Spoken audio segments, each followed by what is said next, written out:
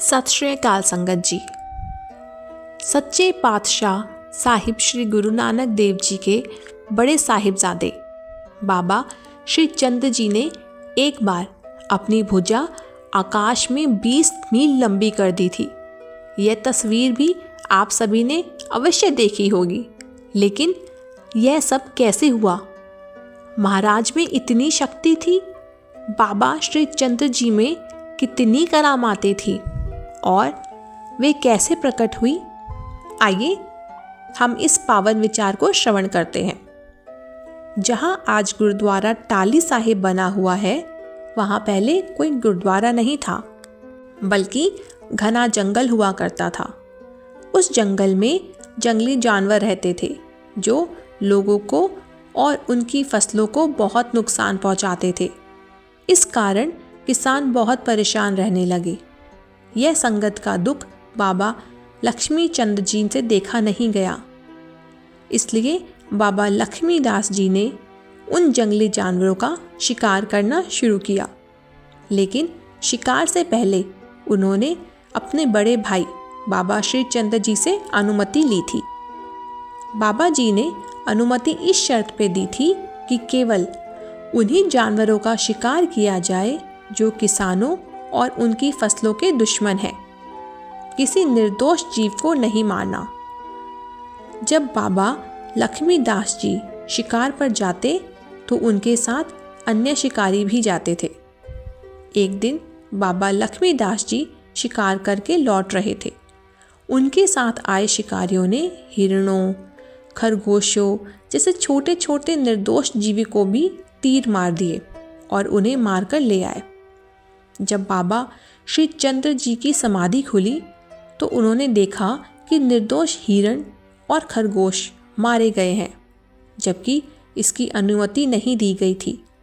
यह देखकर बाबा जी का हृदय वैराग्य से भर गया।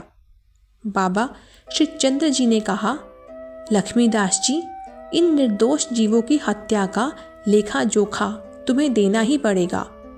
हमने तुम्हें केवल उन जानवरों का शिकार करने की आज्ञा दी थी जो किसानों को नुकसान पहुंचाते हैं। इन निर्दोष जीवों का क्या दोष था? चाहे कोई गुरु का पुत्र ही क्यों ना हो, उसे भी कर्मों का लेखा देना पड़ता है। तब बाबा लक्ष्मीदास जी ने प्रश्न किया, बाबा जी, हम तो सच्चे पातशाह जी के पुत्र हैं, क्या हमें भी लेखा देना पड़ेगा? बाबा जी ने उत्तर दिया, हाँ, सबको लेखा देना पड़ता है। सबना का दर लेखा होई, करनी बाझो तरे न कोई। जब बाबा लक्ष्मीदास जी ने ये वचन सुने तो उन्होंने मरे हुए जीवों पर जल का छिड़काव किया और उन्हें जीवित कर दिया। गुरु पुत्र होने के कारण उनके पास रिद्धियां सिद्धियां होना स्वाभाविक था। इसके बाद वे घर आए, एक घोड़ा तैयार किया, अपनी पत्नी और पुत्र धर्मचंद्र को उस पर बिठाया और बाबा श्री चंद्र जी के पास आकर बोले, बाबा जी, यदि लेखा देना है तो हम अभी ही देकर सचखंड जाते हैं। यह कहकर बाबा लक्ष्मीदास जी अपने परिवार सहित आकाश की ओर उड़ चले। जब बाबा श्री चंद्र जी ने यह देखा तो उन्होंने सोचा कि यदि इस प्रकार बाबा लक्ष्मीदास जी अपने पुत्र को साथ ले गए तो बेदी वंश आगे कैसे चलेगा और गुरु नानक देव जी का वंश कैसे आगे बढ़ेगा। तब तक घोड़ा आकाश में लगभग 20 मील ऊपर पहुंच चुका था। उसी समय बाबा श्री चंद्र जी ने एक अद्भुत कर्तव्य किया। उन्होंने अपनी भुजा 20 मील लंबी करके आकाश में उड़ते घोड़े से अपने भतीजे धर्मचंद्र जी को पकड़ लिया और धरती पर ले आए। उस दिन से बाबा श्री चंद्र जी ने बालक धर्मचंद जी को अपने पास ही रखा और स्वयं उनका पालन पोषण किया। बालक धर्मचंद्र जी बहुत छोटे थे। कहा जाता है, जब बाबा श्री चंद्र जी समाधि में बैठते तो ये बालक उनके जटाओं को खींच लेता, कभी उनके कंधों पर बैठ जाता, जिससे बाबा जी की समाधि खुल जाती। बाबा श्री चंद्र जी उससे बहुत प्रेम करते थे। वे अपने पैर का अंगूठा उसके मुंह में रखते, जिससे शक्ति के साथ दूध निकलता था और उसी से बालक का पालन होता। बाबा श्री चंद्र जी स्वयं बालक को स्नान कराते, कपड़े बदलते और रात को अपने साथ सुलाते। वे कहते, हे परमात्मा, तू धन्य है कि जो कार्य गृहस्थों का होता है, बालक का लालन पोषण वह मुझसे करवा रहा है। जब धर्मचंद जी बड़े हुए तो उनका विवाह हुआ। उनके 2 पुत्र हुए, बाबा माणक चंद्र जी और बाबा मेहर चंद्र जी। इसी प्रकार आगे बेदी वंश चलता रहा। गुरु नानक देव जी के साहिबजादे बाबा श्री चंद्र जी ने अत्यंत दीर्घ आयु प्राप्त की। कई विद्वान तो उनकी आयु 150 वर्ष से भी अधिक मानते हैं।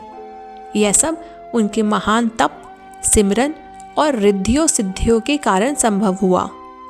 तभी से आज तक बाबा श्री चंद्र जी की जय जयकार होती आ रही है। बाबा श्री चंद्र जी का जन्म 1551 विक्रमी भादो सूदी 9 को माता सुलक्षणी जी की कोख से हुआ। उन्होंने अपने जीवन का सबसे अधिक समय पिंड बाठ में बिताया। वहाँ एक योगी रहता था जिसकी लोग पूजा करते थे। जब उस योगी ने सुना कि बाबा श्री चंद्र जी गांव में आए हैं तो वह प्रसन्न नहीं हुआ, क्योंकि उसे भय था कि उसकी पूजा कम ना हो जाए। उस योगी ने अपने एक शिष्य को आम देकर बाबा श्री चंद्र जी के पास भेजा। बाबा जी जान गए कि आम श्रद्धा से नहीं, बल्कि यह संकेत देने के लिए भेजा गया है कि वे यहाँ से चले जाएं। बाबा जी ने कहा, हम 3 लोग हैं, मैं, भाई कमालिया जी और धर्मचंद। एक आम तीनों में कैसे बांटे? 3 आम लेकर आओ। जब योगी ने यह सुना तो वह क्रोधित हो गया और बोला, यदि उनमें इतनी शक्ति है तो वे स्वयं ही आम पैदा कर ले। यह बात शिष्य ने आकर बाबा जी को कह दी। बाबा श्री चंद्र जी ने आम को एक खप्पड़ में निचोड़कर उसका रस 5-6 किलो पे छिड़क दिया। कहा जाता है कि जहाँ ये छिड़काव हुआ वहाँ आज भी आमों के बाग हैं। यह स्थान गुरुद्वारा बाठ साहिब के पास है, जहाँ बाबा जी ने आम की गुठली दबाई। वहाँ आज भी वह वृक्ष 12 महीने फल देता है। बाबा जी ने सेवकों को कहा, ये आम कभी बेचे ना जाएं, बल्कि आने जाने वाले यात्रियों को और संगत को प्रसाद के रूप में दिए जाएं। इसी स्थान पर छठे पातशाह श्री गुरु हरगोबिंद साहिब जी भी अपने परिवार सहित आए और लंगर में सेवा की। बाद में बाबा श्री चंद्र जी ने गुरु हरगोबिंद साहिब जी से उनके पुत्रों के विषय में पूछा। गुरु जी ने अपने पुत्र बाबा गुरदित्ता जी को बाबा श्री चंद्र जी को समर्पित कर दिया।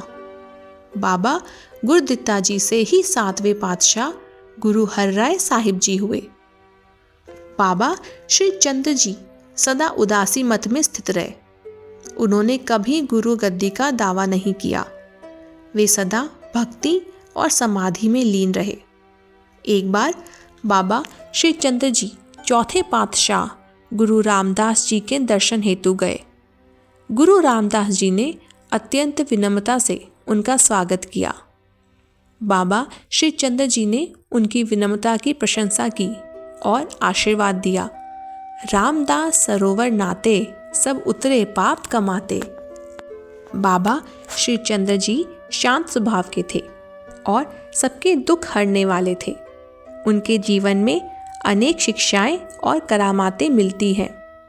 उन्होंने बताया कि मनुष्य के लिए सबसे अनमोल वस्तु मनुष्य जन्म है, जो 84 लाख योनियों के बाद मिलता है। ग्रस्त जीवन में शरीर की आरोग्यता, सब्र और संतोष को उन्होंने सबसे बड़ी दौलत बताया। धार्मिक बनने के लिए उन्होंने संगत, धार्मिक ग्रंथों का अध्ययन और माता पिता के अच्छे संस्कारों को आवश्यक बताया। बाबा जी का वचन था, जिसके मन में पराई ईर्ष्या हो उसका कभी भला नहीं होता। इसी प्रकार बाबा श्री चंद्र जी ने अपनी भुजा 20 मील लंबी करके अपने भतीजे को बचाया और बेदी वंश को आगे बढ़ाया। अंतः में हम यही कहते हैं, वाहे गुरु जी का खालसा, वाहे गुरु जी की फतेह।